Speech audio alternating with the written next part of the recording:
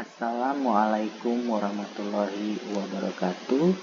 Pada kesempatan ini, saya akan mempresentasikan hasil pembahasan paper yang berjudul Analisis Bifurkasi Model Mangsa Pemangsa dengan Perilaku Anti Pemangsa yang ditulis oleh Tang dan Xiao pada tahun 2015.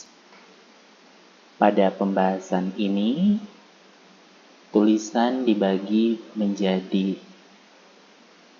6 subbagian, yaitu yang pertama terkait model, yang kedua eksistensi titik tetap, bagian yang ketiga analisis kestabilan titik tetap, bagian keempat bifurkasi, bagian kelima simulasi numerik, dan bagian keenam phase portrait. Bagian yang pertama, model. Pada paper ini dibahas model dalam bentuk persamaan 1, di mana semua parameternya bernilai positif, X-nya merupakan proporsi mangsa, Y merupakan proporsi pemangsa, parameter L merupakan laju pertumbuhan intrinsik populasi mangsa, K adalah kapasitas lingkungan atau sering disebut carrying capacity, A-nya tingkat efisiensi penangkapan mangsa oleh pemangsa, betanya adalah rata-rata waktu yang diperlukan pemangsa untuk menangkap mangsa, parameter mu merepresentasikan laju konversi biomasa dari mangsa menjadi pemangsa, eta adalah laju perilaku anti pemangsa terhadap populasi pemangsanya. Kemudian D adalah laju kematian populasi pemangsa. Sistem ini menggunakan fungsi respon Holding 4. Bagian yang berikutnya yaitu eksistensi titik tetap.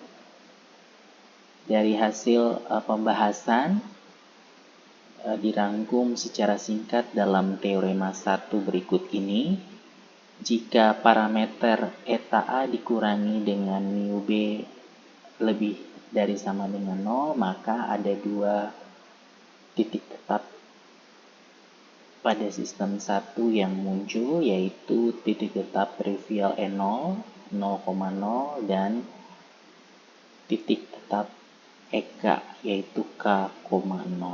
Kemudian, jika eta A kurang dari mu B kurang dari 0, dan dengan syarat tambahan, jika fxc starnya kurang dari 0, maka ada 2 titik tetap sistem 1, yaitu E0 dan EK.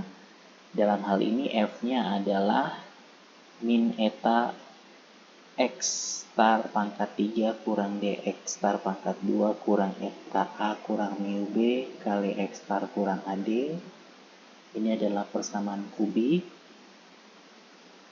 Kemudian syarat yang kedua untuk kasus yang kedua yaitu nilai fxc starnya itu sama dengan 0 dan xc starnya kurang dari K, maka muncul satu lagi titik equilibrium yang dinamakan dengan titik equilibrium EC, di mana xc starnya itu sendiri adalah D dikurangi akar T kuadrat kurang 3 eta kali N eta A kurang mu B per mu 3 eta. Kemudian syarat yang ketiga, jika fxc starnya lebih dari 0 dan ada syarat tambahan lagi, kalau parameter K-nya berada di antara 2 nilai x1 star dan x2 star, maka hanya ada 3 titik tetap, yaitu E0, EK, dan E1. Tetapi jika K-nya lebih dari X1 star dan X2 star, maka akan ada 4 titik equilibrium, yaitu E0, EK, E1, dan E2. Jadi di sini kita lihat bahwa eksistensi titik tetap sistem 1 bergantung dari parameter yang pertama dari parameter Na dikurangi eta A dikurangi mu B. Kemudian selanjutnya dipengaruhi juga oleh fungsi f di xc star, di mana f-nya adalah persamaan kubik seperti ini dan xc star-nya adalah ini. Kemudian juga dipengaruhi oleh posisi K. Jika X1 star dan K-nya berada di antara X1 star dan X2 star, maka yang terjadi seperti ini. Dan jika X1 star, X2 starnya kurang dari K, maka yang terjadi ada 4 titik equilibrium yang muncul. Selanjutnya, kita beralih pada analisis kestabilan sistem. 1. Didasarkan pada teorema 2 yang telah dikemukakan dalam paper, yaitu yang pertama, titik tetap trivial sistem 1 yaitu N0 ini bersifat unstable saddle point atau titik pelana. Jadi titik tetap trivial ini selalu ada untuk parameter berapapun dan sifatnya selalu unstable saddle point. Kemudian yang kedua, titik tetap EK yaitu K,0 ini bersifat unstable saddle point jika FK-nya lebih dari 0, di mana FK-nya itu adalah mu BK per A tambah K kuadrat kurang D kurang eta dikalikan K. Sebaliknya, jika FK-nya kurang dari 0, maka titik tetap EK ini akan unstable node. Kemudian untuk kestabilan E1 stabil jika parameter K-nya lebih dari X1 star ditambah dengan mu B per 2 kali N X1 star plus D. Dalam hal ini X1 starnya tidak bergantung pada K. Jika K-nya kurang dari X star tambah mu B per 2N X1 star tambah D, maka E1-nya tidak stabil. Tapi begitu K-nya sama dengan X1 star tambah mu B per 2 kali eta X1 star tambah D, maka ini titik tetap E1 akan linear center. Yang keempat, eksistensi kestabilan titik tetap E2 ini akan unstable saddle point untuk berapapun nilai parameter yang diberikan dengan syarat eksistensi yang tadi sudah diberikan juga. Selanjutnya, bifurkasi. Jika kita misalkan tadi titik tetap X1 starnya sama dengan K dan X2 starnya sama dengan K2, maka kalau K-nya kurang dari K1, terdapat hanya satu titik tetap non-trivial, yaitu EK,0 yang sifatnya stabil. Jika K-nya bergeser lebih dari K1 tetapi kurang dari K2, maka muncul dua titik equilibrium, yaitu selain EK muncul EK E1, di mana EK-nya menjadi tidak stabil sedangkan E1-nya stabil. Kemudian jika K-nya lebih besar lagi dari K1 dan K2, maka muncul 3 titik tetap di sistem 1, yaitu EK yang kembali menjadi stabil, kemudian E1 bisa menjadi stabil atau tidak stabil, dan muncul E2 yang selalu unstable saddle point. Nah, dari ketiga ini, kita lihat perubahan nilai K itu berpengaruh terhadap kestabilan dari EK yang tadinya stabil, kemudian menjadi tidak stabil, lalu kembali stabil lagi. Nah, oleh karena itu disimpulkan bahwa untuk titik tetap EK ini terdapat dua bifurkasi yang muncul di titik tetap EK, yaitu bifurkasi transkritikal di K sama dengan K1 dan K sama dengan K2. Kemudian selain munculnya critical bifurcation berdasarkan hasil analisis kestabilan titik tetap E1, diketahui bahwa nilai eigenmatriks D1 itu dapat bernilai real atau imajiner tergantung dari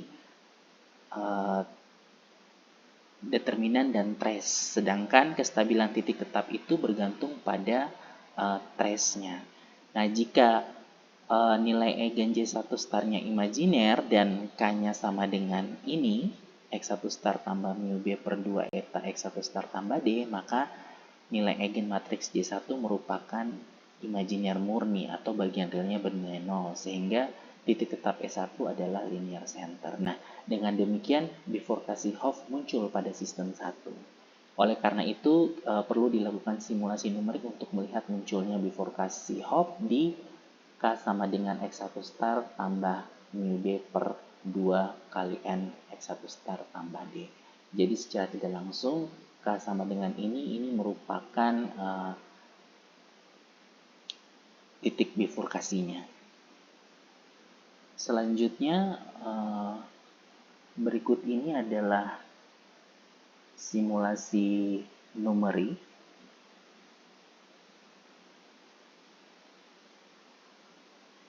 Simulasi numerik ini dilakukan untuk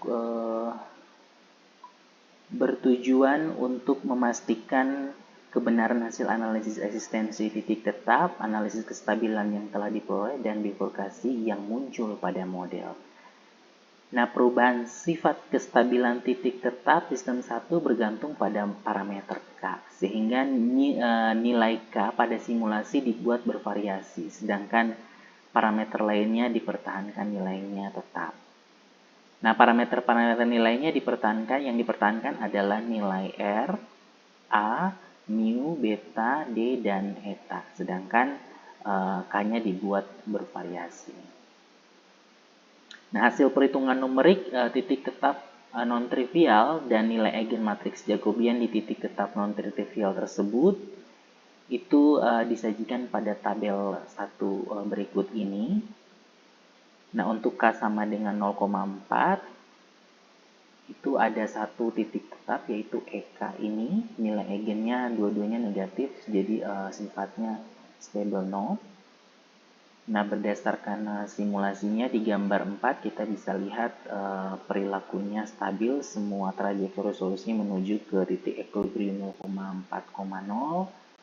Kemudian